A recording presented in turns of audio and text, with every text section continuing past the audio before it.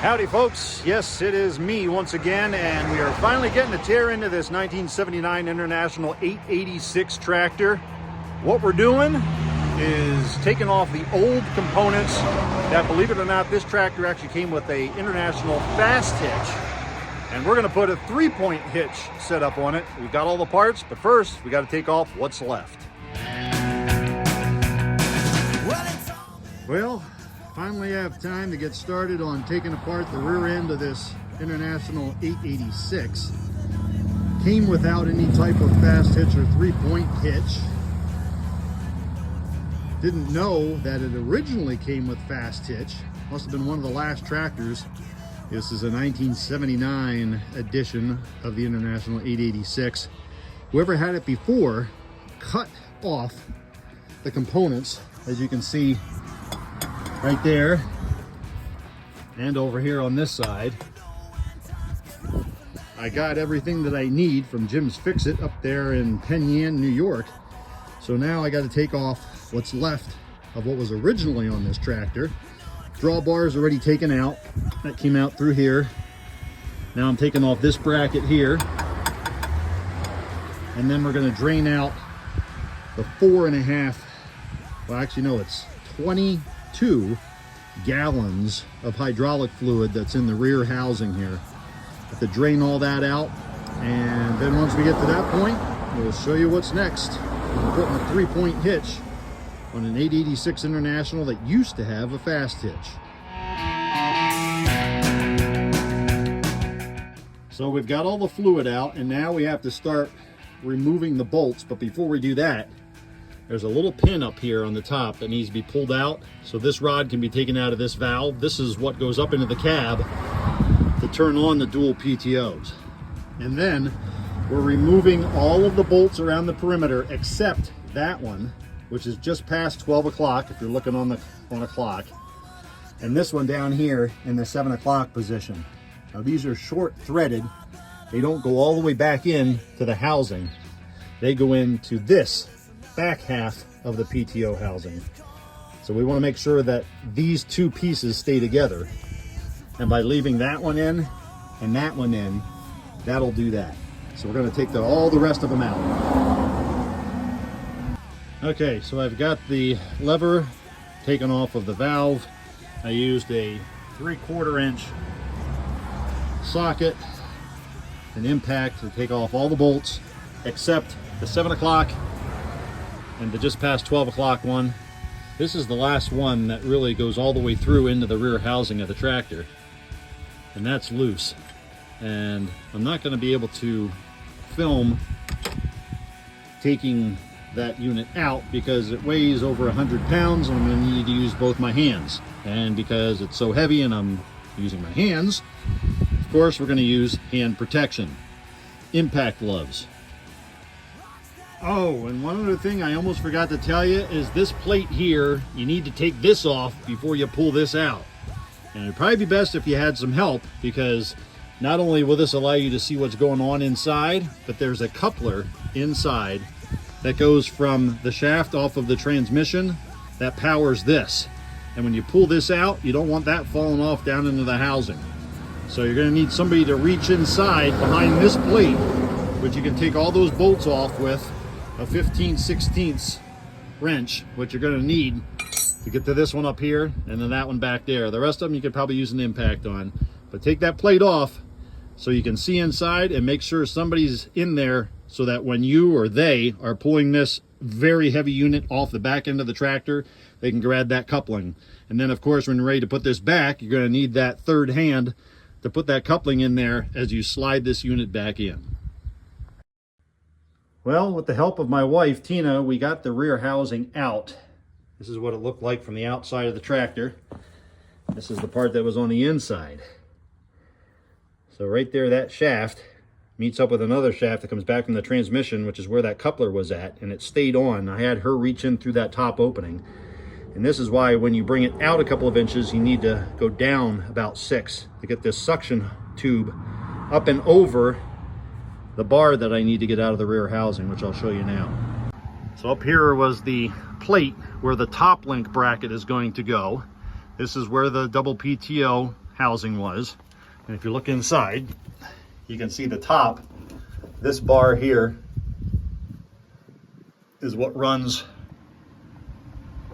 from one side to the other. And the reason I need to take that out is because there was a complete bracket on both sides that the previous owner just cut off for whatever reason.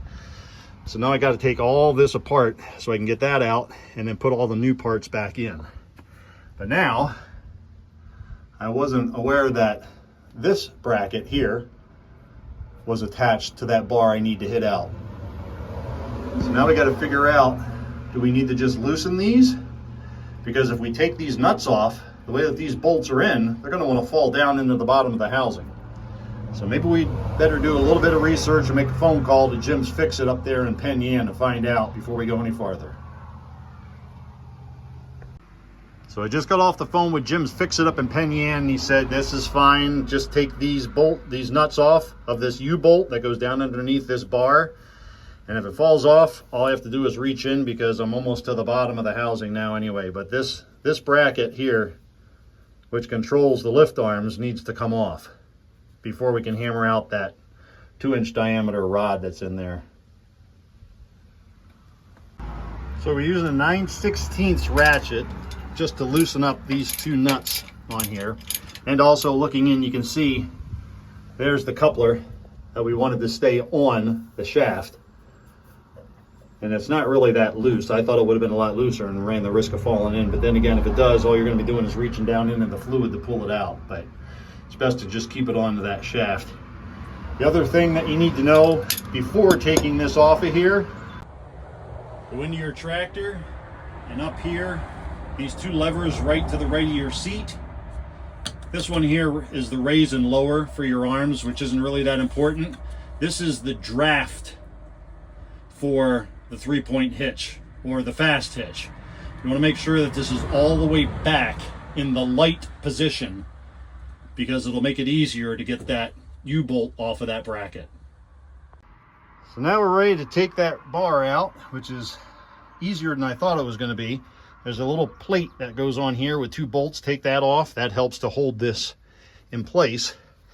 And then I just came over here, stuck a pry bar in between here, and it slides right out. Now I can understand why the underside of the tractor was so dirty, because there's supposed to be an O-ring here and here, which there is not. So yes, obviously somebody had this put together before and taken apart and put back together, but didn't put it back together correctly. So now once we put it back together with all the correct seals and O-rings, should help keep the rear end a lot cleaner than it was too. So now we're just gonna pull this out. That was easy.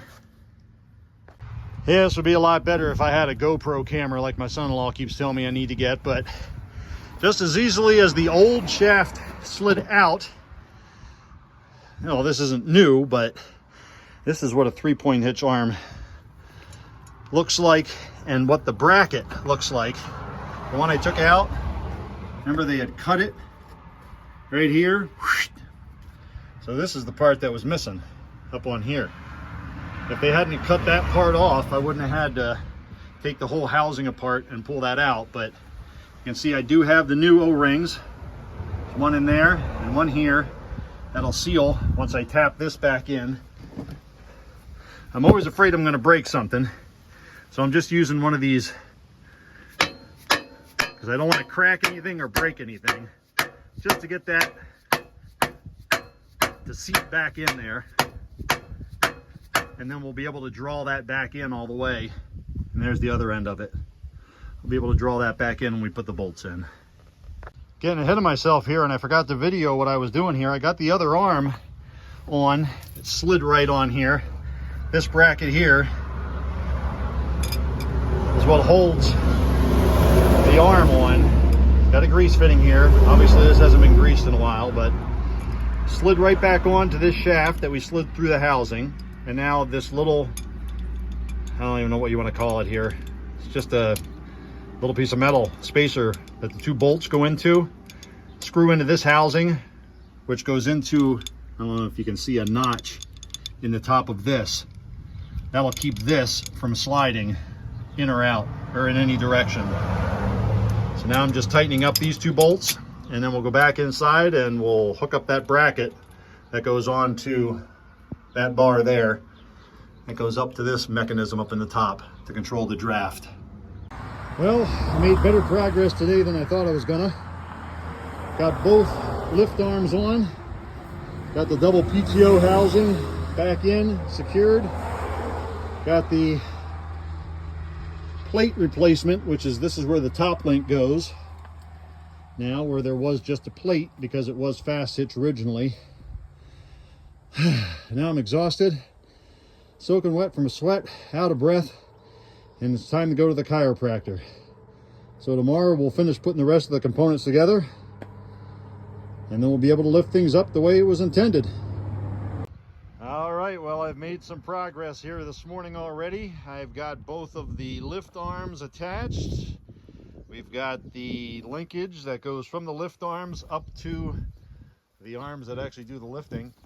It'd be nice if I knew the technical terms for all this stuff. But everything is lining up pretty good now, and I got the bracket back on here, which I got to tell you about.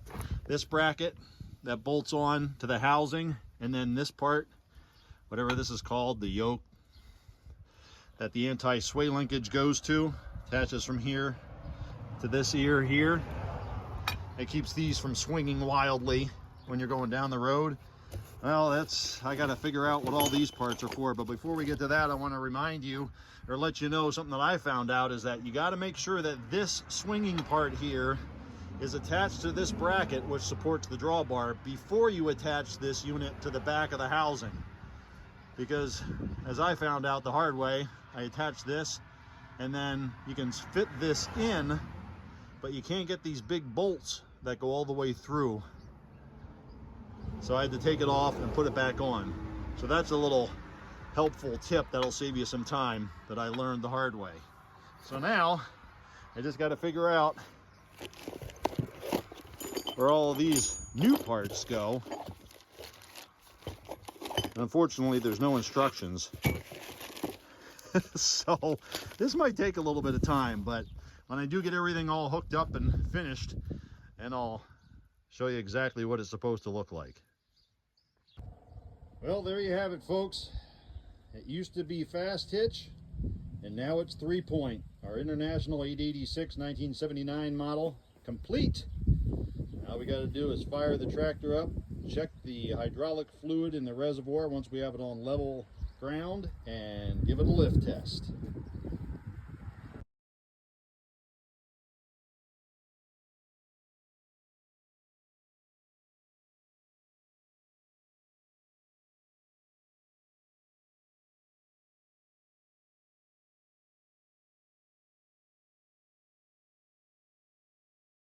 Well, thanks for hanging out with me. I know this was an awful long video. Hopefully it'll help some of you guys out there on our International 886 turbo tractor. Now has a working 3-point hitch.